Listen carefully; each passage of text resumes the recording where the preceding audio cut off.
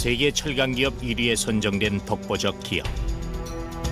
세계인들이 엄지손가락을 지켜 세우는 자랑스러운 브랜드 포스코. 만약 포항제철이 없었다면 지금 여러분들이 보고 계시는 아파트도 없을 거고요. 그리고 서울 시내 고층 빌딩도 없을 것입니다. 아마 아직도 우리는 하얀 옷을 입으면서 백일민족이라 그러면서 철강 분야에 있어 남부러울 것 없는 선진국으로 성장한 대한민국. 그러나 불과 50여 년 전으로 시계를 돌려보면 상황은 사뭇 달라진다. 당시 우리는 철강 산업의 경험, 기술, 자본 그 어느 것 하나도 가지지 못하던 상황. 소규모의 어떤 제철소가 존재하고 있었지만 여기에 더 많은 추가적인 제철 생산량을 기대한다는 것조차도 사실은 불필요했던, 불가능이 아니라 불필요했던 그런 시기였다 이렇게 보여지고요. 꼭 드리고 싶은 말씀은 우리의 경제 수준이 캄보디아, 지금의 캄보디아 수준보다도 못하던 시절에 제철소가 완공이 되었습니다. 여기에 종지부를 찍고 이 땅에 제철소 건설의 꿈을 실현한 이가 있으니 바로 박태준이었다. 어떤 경우라도 최후로는 이것이 포스코에 도움이 되는가 안 되는가, 국가와 국민에게 도움이 되는가 안 되는가, 이것을 마지막 판단의 기준으로 삼았던 그 철저한 그런 분이었어요. 빈곤의 나라 대한민국을 무역 1조 달러의 경제 강국으로 성장시킨 철의 힘. 불모지의 땅에서 박태준의 땀과 집념이 일군 철의 왕국 포스코의 비화가 지금 밝혀진다.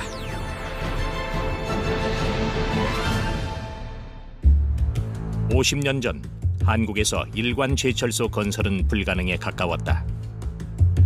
광복 후 남한의 철강 공장은 삼화제철과 조선이연 인천공장 2개뿐이었고 그마저도 한국전쟁으로 대부분이 파괴돼 산업은 불모지에 가까웠다. 그 당시 상황으로 따져보면 전쟁 끝나고 난 다음에 아무것도 없는 나라에서 이 제철소를 건설한다, 그것도 일관 제철소를 건설한다, 이거는 거의 불가능한 얘기예요.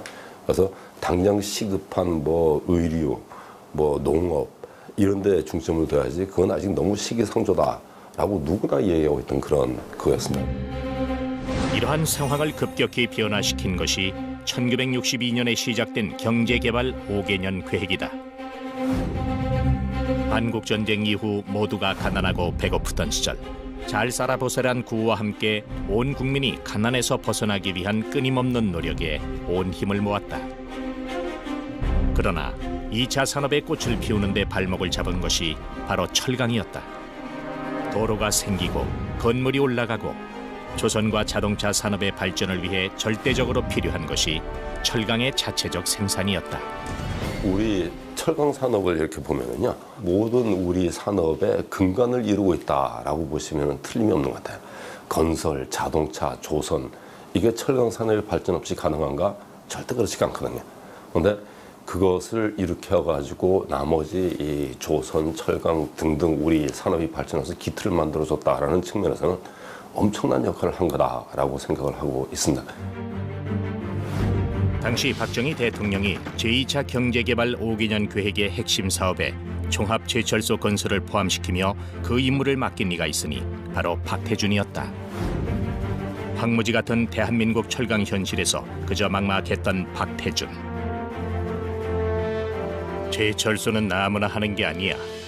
하지만 임자는 할 수 있어. 박정희 대통령이 던진 이 한마디에서 철강왕 박태준의 도전이 시작된 것이다. 산업화를 위해서는 반드시 있어야 되는 그 회사다라는 믿음을 가지고 있었던 것 같습니다. 그래서 뭐 밀어붙여서 성공했다. 1948년 남조선 경비사관학교, 지금의 육군사관학교 6기 생도로 들어간 박태준. 그곳에서 그의 인생 전체를 바꿀 인연, 박정희 전 대통령과 마주한다. 두 분은 10살 차이죠. 차인데 해방군과 해방 직후에 육군사관학교에서 사제지간으로 만난 겁니다. 그러나 그것은 이제 인연의 첫 출발이고 깊어진 것은 1957년 무렵부터 박정희 장군이 박태준 대령을 주목하고 가까이 두려고 했죠. 사제지간으로 시작된 둘의 인연은 절체절명의 순간 가장 신뢰하는 사이로 이어졌다. 5.16 소위 거사 명단에 박태준의 이름을 박정희 장군이 빼놨다. 그 이유를 이제 스스로 설명을 해주는데 이 거사가 실패할 경우에 내가 형제가 이슬로 사라지게 되면 자네에게 내 처자를 부탁하려고 했다.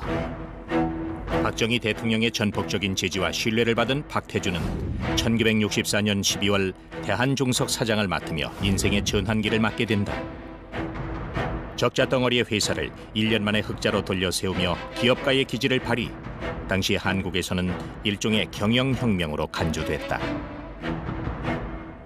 그때 대한중석이라는 그 국영기업은 우리나라에서 가장 많은 달러를 벌어들이는 달러박스익인데 그게 좀 엉성하게 적자 회사로 돼 있었단 말이죠. 이 친구에게 이걸 맡겨서 한번 경영 능력도 테스트 해보고 이것도 정상화하고 해보자. 이런 여러 가지 보관을 가지고 있었지 않을까. 취임한 후 1년 만에 흑자로 돌려놨다 그러거든요. 그래서 이건 뭐 대단한 능력이다. 박태준이 한국제철소 건설의 적임자로 임명받은 것은 박정희 대통령에게 최고이자 최선의 선택이었던 것이다.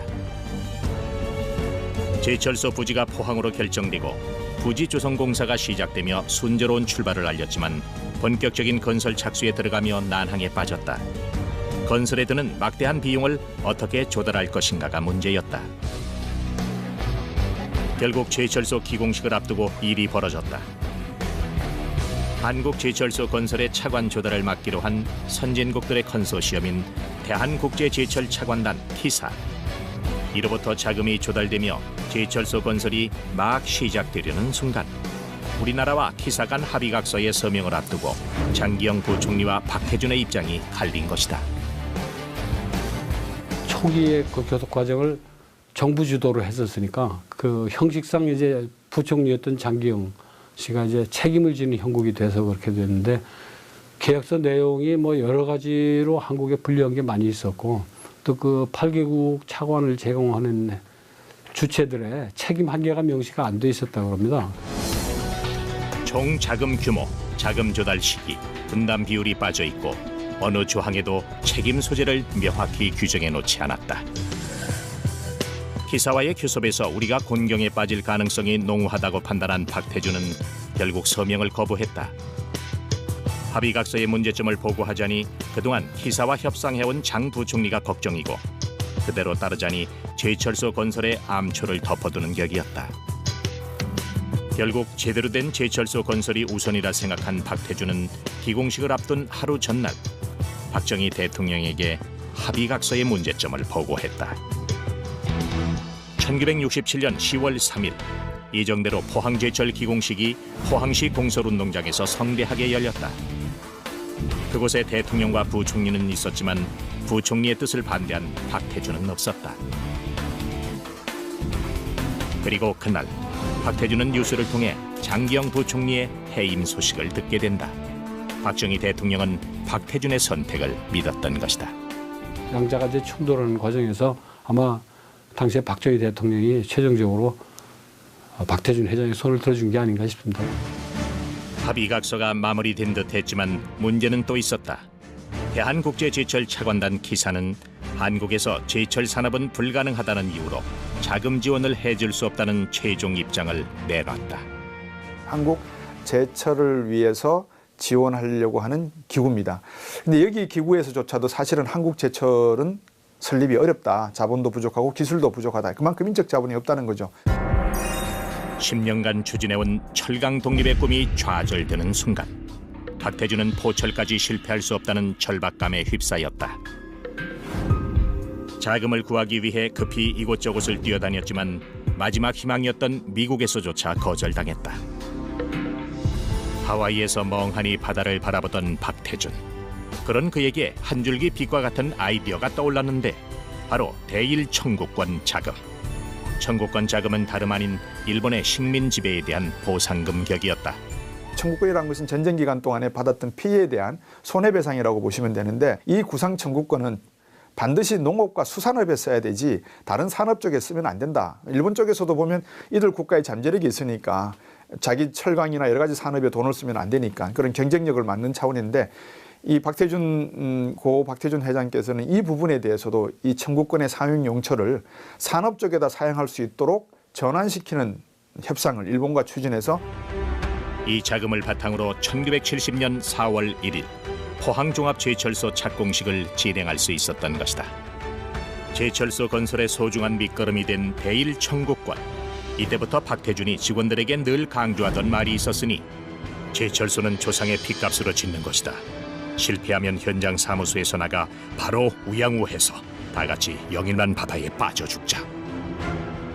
딱 한마디로 말하면 그것은 조상의 피의 대가다. 그래서 그 돈을 어떤 경우에도 부정하게 써서는 안 되고 한 푼도 낭비해서는 안 되고 그 목적에 맞도록 완전하게 그 목적에 맞도록 써야 한다. 그걸 아주 목숨 걸고 지키려고 했어요. 간단히 누가 사표를 낸다고 끝날 그런 성질이 아니고 깊이와 신념과 확신과 거의 신앙의 경지에 자세가 들어간 것이 숭고한 사명을 갖고 이 프로젝트와 더불어 이걸 실패했을 적에는 내 생명 던져도 좋다. 이후 우양후 정시는 대일 청구권 자금 지원이 결정되면서 제철 보국과 맞물려 포스코의 전통과 정신을 상징하는 말이 됐다. 자본도 기술도 경험도 없는 1960년대 산업항모지 한국당에서 일관 종합제철소인 포항제철을 세운 것은 그야말로 기적이었다. 제철소 건설엔 아무런 바탕이 없었던 당시 유일하게 정보를 얻어낼 수 있었던 곳은 일본이었다. 신일본 제철이라고 하는 굵직한 기업이 한국 박태준 회장을 도와서 한국에서 한번 이 제철소를 일으켜보는데 충분한 지원할 가치가 있다라고 판단을 해서 이분들이 아마 기술적 지원에 동의를 한 것 같습니다. 포항제철소 건설 계획은 대일 청구권 자금을 전용하기로 일본과 합의하면서 본격화됐다. 1969년 8월 제3차 한일 강요회담에서 차관과 기술까지 제공받는 조건에 일본 정부가 종합제철 건설 사업을 지원키로 한 것이다. 박태준은 당시 일본 철강연맹 주력사 사장들을 두루 방문하며 철광에 관한 것이라면 어떤 일도 마다하지 않았다. 신일본 제철 회장 그 사람의 도움이 필수적이었는데 그 사람을 어떻게 자기 사람으로 만들기 위해서 노력한 거 보면은 치열하다고 얘기를 합니다. 그 사람이 도대체 일본 노래 어떤 노래를 좋아하나까지 공부하고 그 노래까지 배워가지고 노래하고 그러면서 자기 편을 만들어 굉장히 노력을 많이 했다 그래요. 이제 이나야마라는 그 신일본 제철 회장이고 일본 철강협회의 그 연맹 대표죠. 이분이 기본적으로 친한파였어요. 그리고 그런 친한파로서의 소위 윤리적 의식도 있었겠고, 그 다음에 일본 철강업계로서는 키사하고 결렬된 포항제철을 일본 철강업계가 하면은 기본적으로 설비 공급이라는 게 생기잖아요. 그런 경제적 이득이 있는 것이고. 일본의 주자학 양명학의 대가인 야스오카 세이도쿠와 신일본 제철 회장 이나야마 요시히로의 은혜는 평생 잊을 수 없다고 말한 박태준. 어떠한 상황 속에서도 제철소만을 생각한 박태준과 그의 도전과 노력을 높이 산 일본인들의 마음이 움직이며 한국의 제철소 건설은 한 발 더 가까워졌다. 제철소 건설 과정에 많은 난관과 장애가 있었지만 가장 큰 것 중 하나가 막대한 공사 자금에 눈독을 들인 정치인들과 유력자들이었다. 이 때문에 1970년 포항제철 건설을 위한 설비 구매 계약은 첫걸음부터 휘청거렸다. 박태준은 대통령도 모르게 정보기관의 가택 수색과 여러 곳에서의 압력에 시달려야 했다. 결국 박정희 대통령을 찾아간 박태준. 그동안 쌓아뒀던 설비 구매의 애로사항과 개선 방안을 보고했다. 박태준의 얘기를 듣고 메모지를 건넨 박정희 대통령. 지금 건의한 내용을 여기다 간략히 적어봐. 박태준은 정치권 압력 배제와 함께 설비 공급업자 선정의 재량권 인수 등을 골자로 하는 내용을 적어 박정희 대통령에게 건의했다.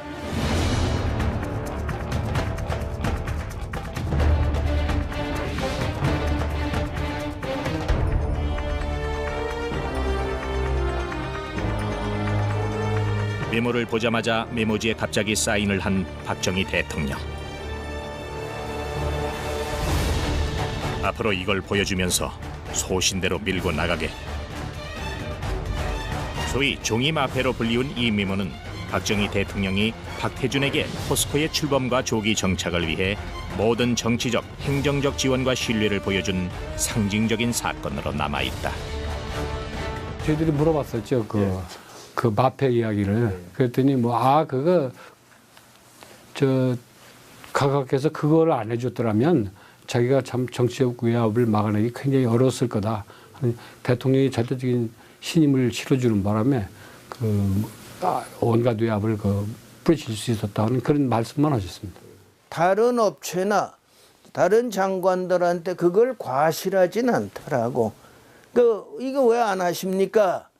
이거 좀 써먹어야 이게 좀 고비가 넘지 않습니까? 했더니 갖고 있다는 것 자체로 힘의 원천이 되니까 마지막에 불가피하면은 그때 활용을 해.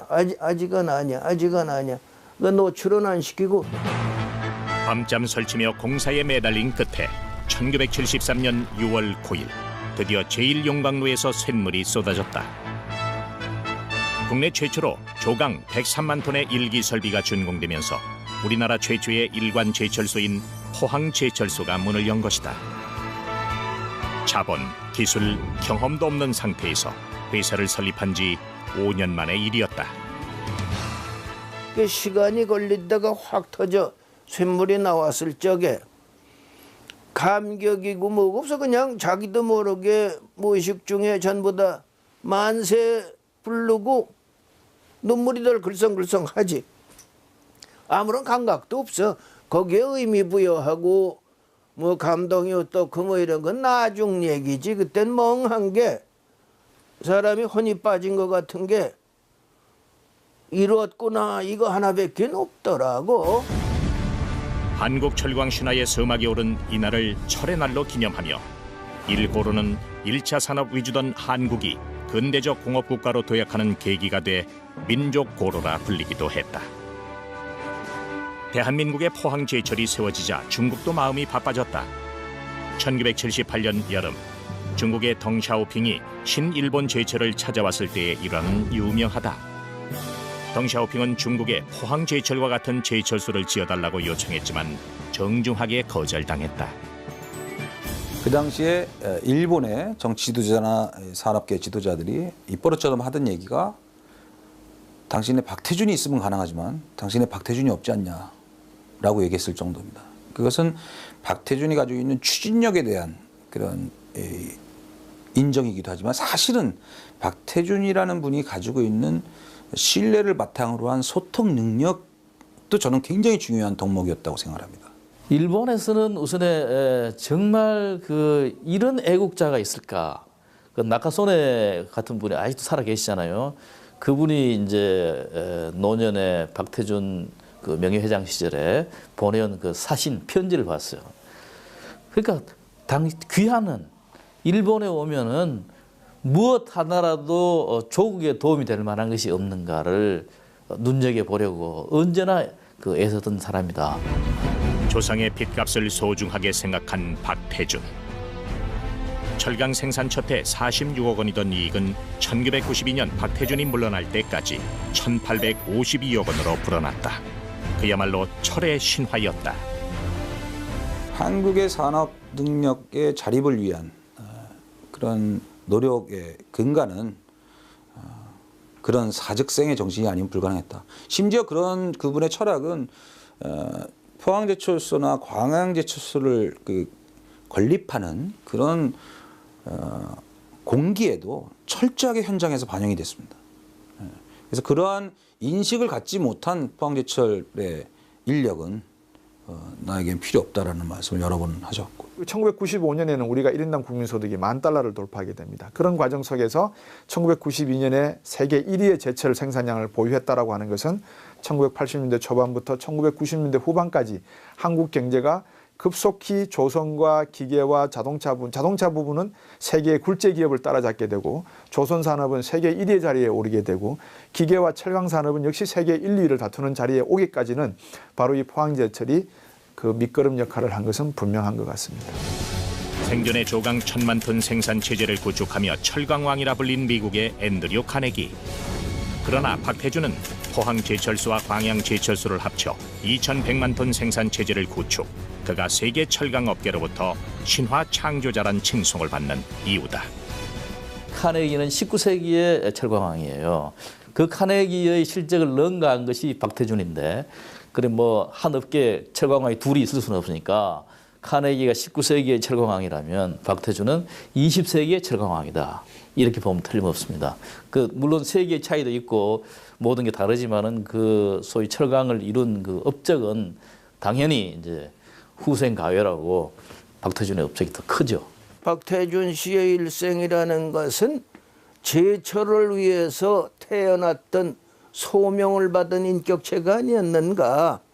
그 소명이 끝나고 마침내 장엄한 대단원의 막을 내리니까 하늘에서 그 명을 거둬갔던 것이 아닌가 하는 그런 감을 근자에 많이 가지고 있어요. 1992년 10월 2일 광양제철소 사고로 준공은 곧 포항제철 사반세기 대역사가 마무리된 날이기도 했다. 재임 당시는 물론 퇴임 뒤에도 포스코 주식을 보유하지 않고 소유와 경영의 분리를 고집한 박태준. 그 신념과 함께 포스코 역사 40년 중 26년을 최고 경영자로 일하며 우리나라를 세계 최고 철강 국가의 반열에 끌어올린 것이다. 포스코가 가지고 있는 기본 경쟁력은 사실은 포스코가 가지고 있는 기술 능력에 있습니다. 그다음에 박태준이라고 하는 그 창업자가 심어놓은 스피릿에 있습니다. 세계 1위의 자리에 올렸다고 하는 것은 한 국가의 기업인뿐만이 아니라 리더십 측면에서도 개인적인 새로운 리더십을 조명해야 될 필요가 있을 뿐더러 국가 경제 차원에서도 의미가 있는 그런 모습이다. 그만큼 우리 제조업 경제가 단단한 궤도에 올라섰다 이렇게 평가할 수 있겠죠. 2011년 12월 13일 급성 폐 손상으로 숨을 거둔 철의 사나이 박태준. 자본도 기술도 경험도 없었다는 산무가 포스코의 태생 조건이라고 말해왔지만 원료도 없는 나라였기 때문에 실제로 포스코는 사무의 악조건 속에서 탄생했다며 회고한 그의 말처럼 포스코는 대한민국이 만든 기적의 제철소다. 현재 창립 47년 만에 첫 적자를 내며 최대 위기를 맞고 있는 포스코. 글로벌 경기 침체와 과잉 공급 여파로 업계 1위를 지켜왔던 포스코의 위기감이 고조되고 있다. 포스코에게 지금 가장 필요한 것은 어쩌면 용광로가 처음으로 끓어오르던 시절의 초심이 아닐까. 정말 오랜만입니다. 정말 보고 싶었습니다. 우리의 추억이 포스코의 역사 속에, 조국의 현대사 속에 별처럼 반짝이고 있다는 사실을 잊어서는 안 됩니다. 그것을 우리 인생의 자부심과 긍지로 간직합시다. 한국 경제 70년을 대변하는 포스코. 철의 신화를 만들었던 집념으로 다시 뜨겁게 타오르며 과거의 영광을 되살리길 바라본다.